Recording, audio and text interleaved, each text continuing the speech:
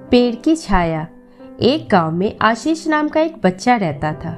आशीष ना पढ़ने में अच्छा था, ना ही खेल कूद में। वो एक अंतर्मुखी लड़का था, इसलिए उसके ना गांव में कोई मित्र थे, ना ही स्कूल में। जब इंसानों को इंसान दोस्त नहीं मिलते हैं तो वह या तो निर्जीव वस्तुओं से दोस्ती कर लेता है, या तो पशु पक्षी या पेड़ों से।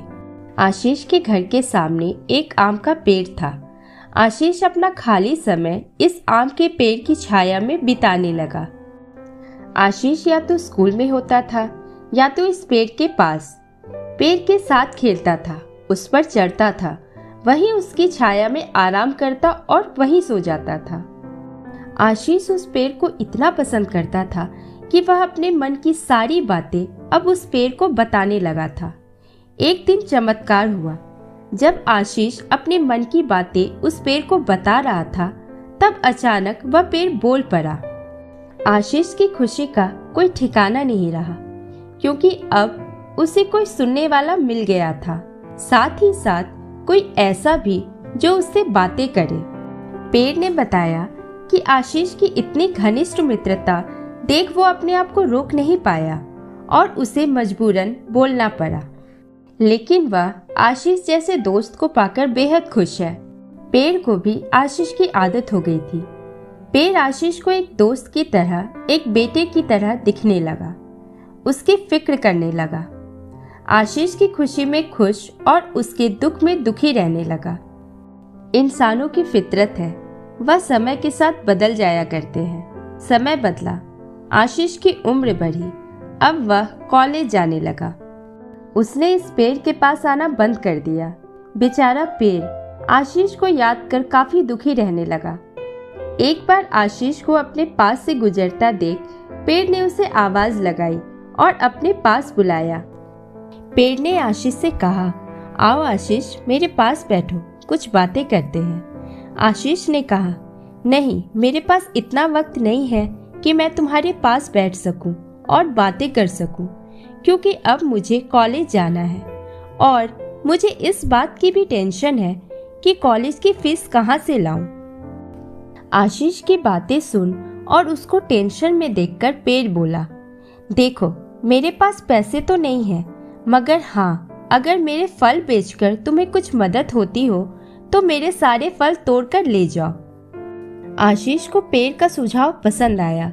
उसने तुरंत सारे आम तोड़ लिए और बाजार में बेचकर उसके अच्छे खासे पैसे कमाए और अपनी कॉलेज की फीस भर दी।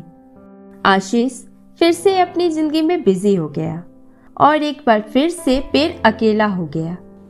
पेड़ हर दिन आशीष का इंतजार करता, लेकिन 3-4 साल बीत गए, उसे आशीष मिलने नहीं आया। फिर एक दिन अचानक आशीष उसको उसके पुराने घर में आता हुआ दिख गया। पेड़ आशीष को देखकर काफी खुश हो गया। पेड़ ने आशीष को अपने पास बुलाया और बोला, आओ आशीष, मेरे पास बैठो, चलो कुछ बातें करते हैं। आशीष ने पेड़ से कहा, मैं तुम्हारे साथ नहीं बैठ सकता, क्योंकि अब मेरी शादी हो गई है। हालांकि मुझे नौकरी मिल गई है, लेकिन अभी मेरी तनख्वाह इतनी नहीं है कि मैं अपने इस पुराने घर को नया बना सकूं। मुझे काफी चिंता है कि मैं अपनी पत्नी को कैसे इस पुराने घर में रखूंगा। आशीष को चिंता में देख फिर से पेड़ का दिल पिघल गया। पेड़ ने आशीष से कहा, तुम मेरी सारी डालियां काटकर अपने घर को नया बना लो, इससे तुम्हारी समस्या सुलझ जाएगी। आशीष ने पेड़ की सारी डालियां काट ली और बाजार में बेचकर उसके पैसे बना लिए। वह अपने पुराने घर को भाड़े पर देकर कहीं और रहने चला गया। पेड़ फिर से एक बार अकेला हो गया। पेड़ ने अब उम्मीद छोड़ दी कि कभी उसकी मुलाकात आशीष से हो भी पाएगी या नहीं। पेड़ भी अब पूरी तरह से उजड़ चुका था। उसकी डालियां कटने के बाद न उस पर फूल आते थे न पत्ते।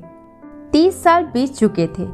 फिर एक दिन पेड़ ने एक झुके हुए लकड़ी के सहारे चलते एक बूढ़े आदमी को अपने पास आते देखा। पेड़ ने ध्यान से देखा और उस आदमी को पहचान लिया। वह कोई और नहीं, आशीष था। वह जब पेड़ के पास पहुंचा तो पेड़ ने उससे कहा, माफ करना दोस्त, अब मेरे पास तुम्हें देने के लिए कुछ भी नहीं है।